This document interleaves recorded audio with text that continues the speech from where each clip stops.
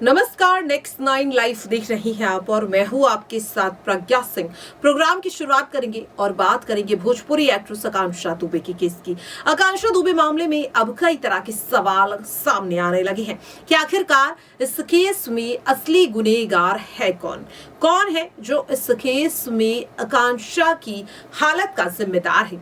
किसकी वजह से आखिरकार आकांक्षा दुबे ने ये कदम उठाया है? अब ये सवाल काफी ज्यादा सामने आ रहा है। अभी तक इस मामले में हर किसी को ऐसा लग रहा था कि शायद आकांक्षा और उनके बॉयफ्रेंड मशहूर गायक समर सिंह के रिश्ते अच्छे नहीं थे, जिसकी वजह से या तो डिप्रेशन में आकर आकांक्षा ने खुद अपनी जान ले ली या फिर समर सिंह की किसी साजिश का नतीजा आकांक्षा का निधन है। हालांकि पुलिस इस मामले में छानबीन करती रही। समर सिंह की गिरफ्तारी के बाद पुलिस रिमांड में समर सिंह से घंटों पूछताछ हुई, लेकिन समर सिंह लगातार खुद को बेकसूर बेकसूर बेकसूर कहता रहा। लगातार समर सिंह ने पूछताछ में यही कहा कि उस पर लगे तमाम आरोप पूरी तरह से निराधार हैं। आखिर अगर इस केस में समर सिंह गुनहगार नहीं है तो फिर आखिरकार गुनहगार है कौन?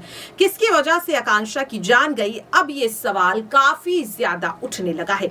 यहाँ पर अब इसी बीच जिक्र आ चुका है आकांक्षा दुबे के साथ 25 मार्च की रात वाराणसी के होटल सुमेंद्र में साथ आया वो शख्स जो आकांक्षा के साथ आखिरी 17 मिनट बिताकर उस होटल से बाहर गया था।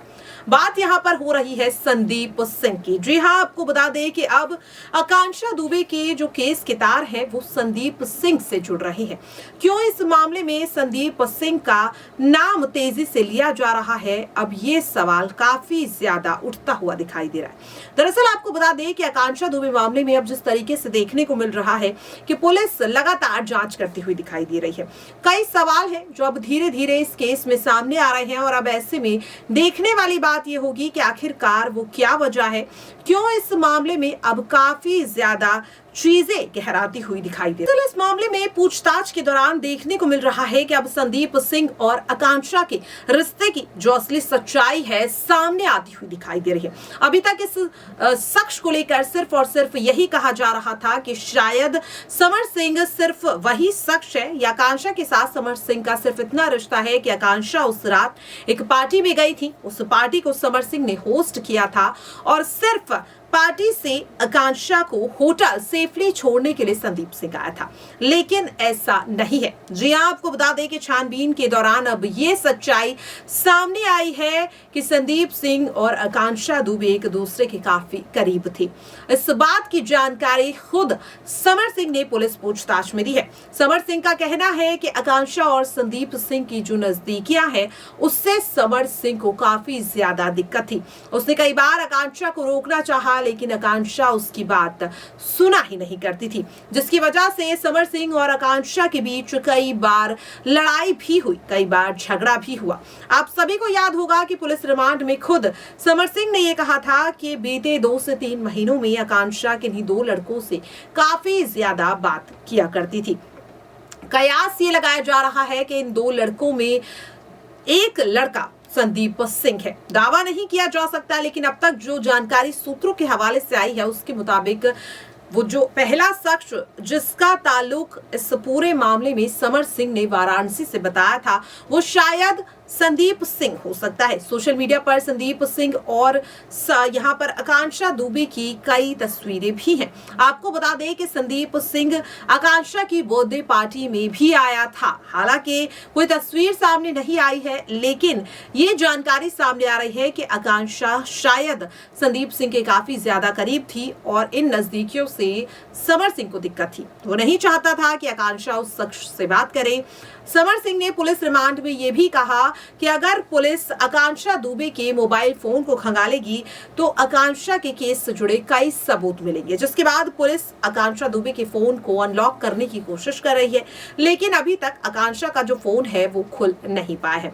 ऐसे में ये केस सिर्फ और सिर्फ कयासों के आधार पर ही चल रहा है। वहीं दूसरी ओर इस मामले में अब देखने को मिल रहा है कि जिस तरह से मधु दुबे लगातार इस मामले में आरोप लगाती हुई नजर आ रही थी, लेकिन अब सवाल उन पर भी उठ रहे हैं क्योंकि उन्होंने समर सिंह पर कई गंभीर आरोप लगाए हैं। उनमें से कई ऐसे आरोप हैं जिन्हें सच साबित करने के लिए जो दावे किए गए थे वो अब फेल होते हुए नजर आ रहे हैं। यहाँ पर सबसे पहला जो आरोप था कि आकांक्षा दुबे के 5 करोड़ रुपए समर सिंह ने हड़प रखे हैं। बैंक स्टेटमेंट से यह साफ हो चुका है कि आकांक्षा और समर सिंह के बीच समय समय पर लेन देन होता रहा है।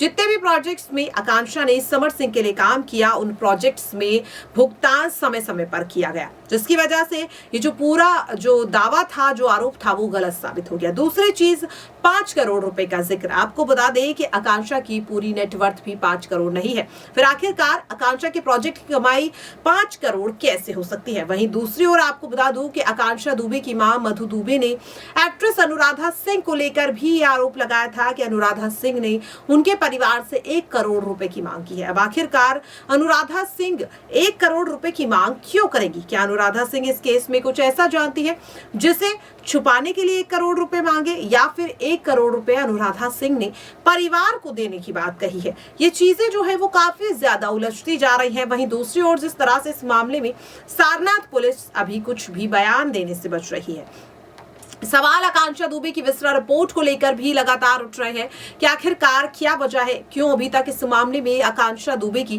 विस्तार रिपोर्ट अभी तक सामने नहीं आई है। कि यहाँ एक महीने से ज्यादा का वक्त हो चुका है आकांक्षा की पोस्टमार्टम रिपोर्ट आने से पहले, जहां आकांक्षा का अंतिम संस्कार कर दिया गया, तो वहीं दूसरी ओर विस्तार रिपोर्ट का अभी तक कोई अता पता नहीं है। पोस्टमार्टम रिपोर्ट को लेकर जो दावा इस पूरे मामले में आकांक्षा के वकील शशांक शेखर त्रिपाठी की ओर से किया गया कि आकांक्षा के पेट से एक भूरे रंग का पदार्थ मिला है। ये भूरे रंग का पदार्थ क्या है, इसे लेकर कोई जानकारी अभी तक सारनाथ पुलिस ने नहीं दी है। वहीं दूसरी ओर अगर मैं बात करूं, जिस तरह से ये केस अब और ज्यादा गहराता जा रहा है, आपको बता दें कि अब जल्द ही आकांक्षा दुबे की मां मधु दुबे जो है, उनका स्टेटमेंट अब वाराणसी के एसजीएम अदालत में रिकॉर्ड किया जाएगा, क्योंकि वकील की तरफ से पिटीशन दी गई थी। लेकिन अब ऐसे में सवाल ये उठ रहा है कि जो आरोप इस मामले में आकांक्षा की मां मधु दुबे समर सिंह पर और अनुराधा पर लगाती हुई दिखाई दे रही है, अगर वो आरोप गलत साबित होते हैं तो अनुराधा और समर सिंह क्या आकांक्षा की मां के खिलाफ तो कोई एक्शन नहीं ले लेंगे? हालांकि इस मामले में एक जो वीडियो काफी अहम सबूत के तौर पर देखा जा रहा है, वो है आकांक्षा दुबे का 38 सेकंड का वो आखिरी वीडियो, जिसे 22 मार्च को आकांक्षा ने अपने इंस्टाग्राम की स्टोरी पर शेयर किया था। इस वीडियो में आकांक्षा सीधे सीधे समर सिंह पर गंभीर आरोप लगाते हुए नजर आ रही हैं।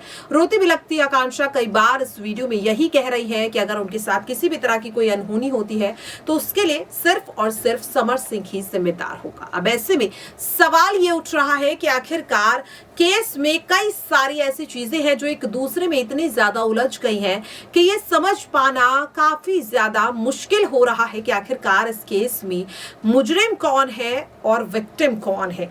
ये अब यहाँ पर पुलिस की अगर मैं बात करूं तो पुलिस को लेकर भी कोर्ट की तरफ से सख्त आदेश दिया जा चुका है कि अगर अब भी इस केस में सारनाथ पुलिस ने नियमित अनुसार जांच पड़ताल नहीं की तो कोर्ट पुलिस के खिलाफ भी कोई एक्शन ले सकता है। वहीं दूसरी ओर जिस तरह से इस मामले में लगातार सोशल मीडिया पर आकांक्षा की मां मधु दुबे की कई कॉल रिकॉर्डिंग वायरल होती हुई दिखाई दे रही है, अब ऐसे में देखने वाली बात ये होगी कि आकांक्षा के निधन की जो असली सच्चाई है वो सामने आ भी पाएगी या नहीं।